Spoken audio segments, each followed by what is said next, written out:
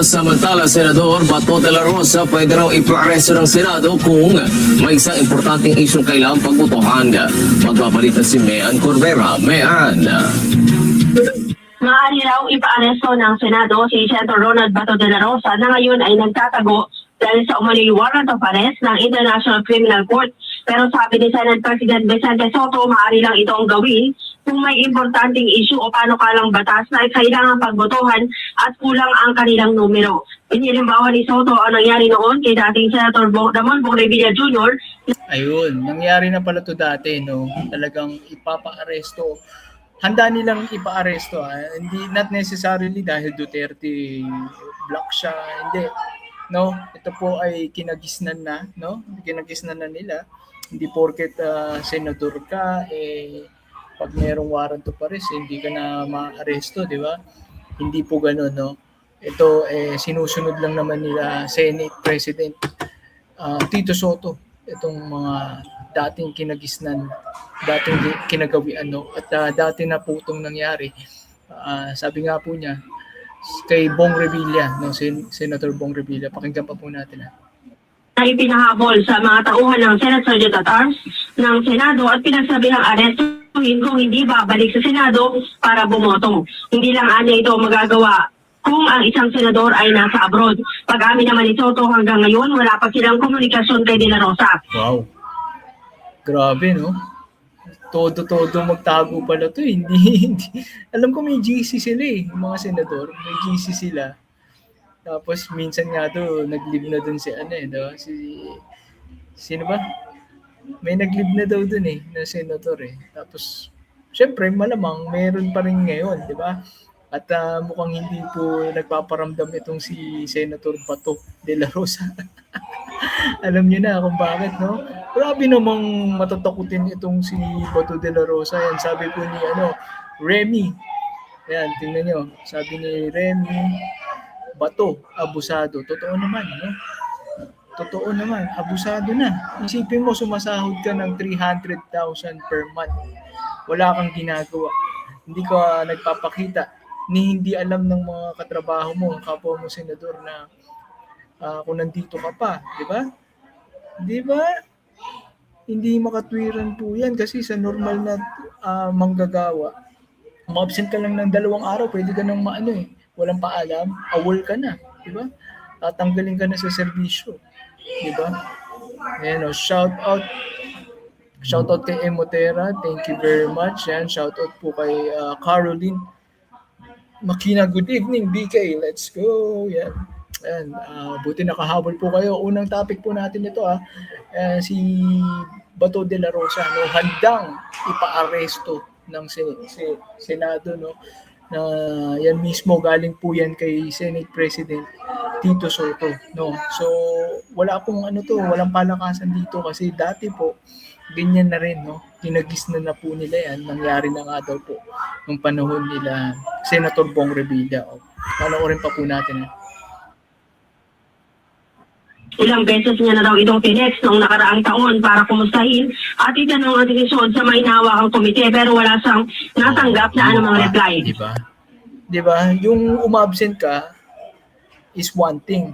Yung tinatanong ka ng boss mo, although hindi naman niya boss to si Senate President Tito Soto. Pero, di ba, bilang isang namumuno sa Senado, di ba, kailangan niyang malaman, no? Kasi may mga importanteng committee, di ba? Hindi naman yan putyo-putyo lang. Kaya nga kayo pinapasahod ng 300,000 na sahod, kasi may halaga yung mga committee na yan para mapasa itong ganito, di ba? Like yung sa defense, di ba? Yung committee sa budget ng militar, di ba?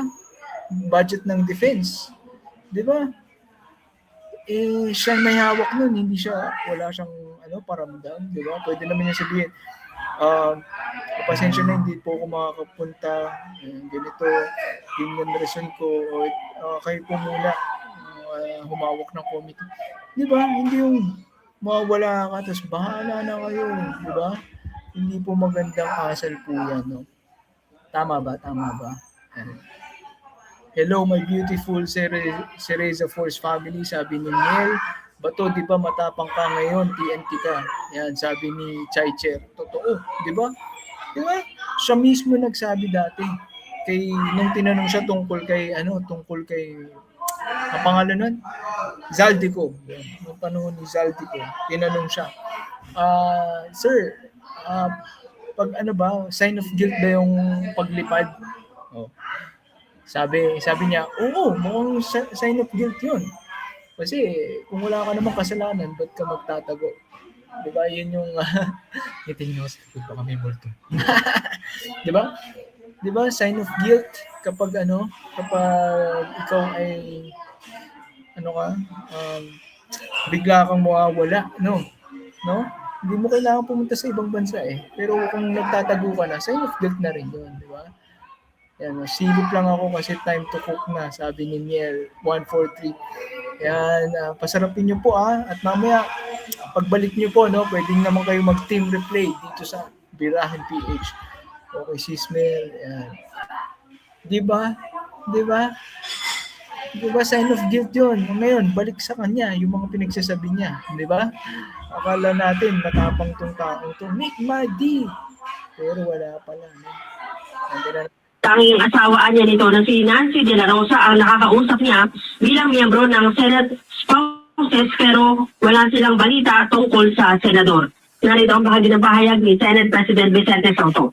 Only time na mapipilit namin pumasok ang isang senador na kapag mayroong botohan at importante ang boto mo or importante na pabotohin lahat or may kakapusin or ayun, di ba? Sabi niya, kung importante yung committee, o kung kakapasin sa boto, di ba? Kasalanan yun yung senador na hindi pumapasok. Di ba? O, ibig sabihin, maaari siyang mapatawan ng parusa, di ba? Pwede siyang masampahan ng kaso sa ethics committee. Hindi ka nagpapapasok. O, pwedeng pagbotohan yun at malaman kung siya pa ay masususpinde o tatanggalin na sa pagkasenador. Ethics committee po ang gumagawa nun. Di ba? Kasi wala kang paramdam eh. Di ba? Syempre kailangan magpatuloy ang Senado, no? Hindi pwedeng ganyan. Balita ko nga, hindi lang, di ba kasi panahon ni Miriam Defensor Santiago, sinabi niya mismo 2 million yung mga MOOE, no, every month. Ngayon daw, mas mataas na, 5 million yata, di ba? Di ba? 5 million every month, MOOE ng mga senador, tapos di ka nagpapakita. Di ba? Kalokohan. Yung naka-BG dyan, bumaba na. Tato, hello. Alright, shoutout po sa inyo, no? Diba? Yun ang sinasabi ko sa inyo, guys.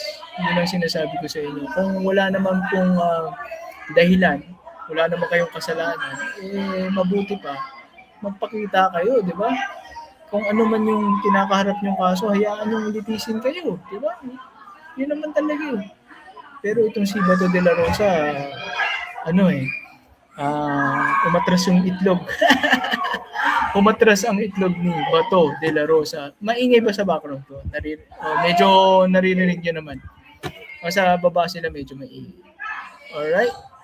So, ayan po, si Bato de la Rosa, handang ipatampot ng Senado. At hindi po yan, na may personal yan po ay kinagisnan na ng Senado. Hindi po yan walang kinakampihan dito. Yan po ay dati ng ginagawa sa Senado. So, ayan, tignan po natin, no? Malupit itong mangyayari kay Senator Bato de la Rosa, no? Pag hindi siya umatin ng Senado, maaari siyang matanggal sa pagkasenador. Pero pag umatin naman siya sa Senado, baka naman nandiyan yung warrant of arrest ng ICC. Yari.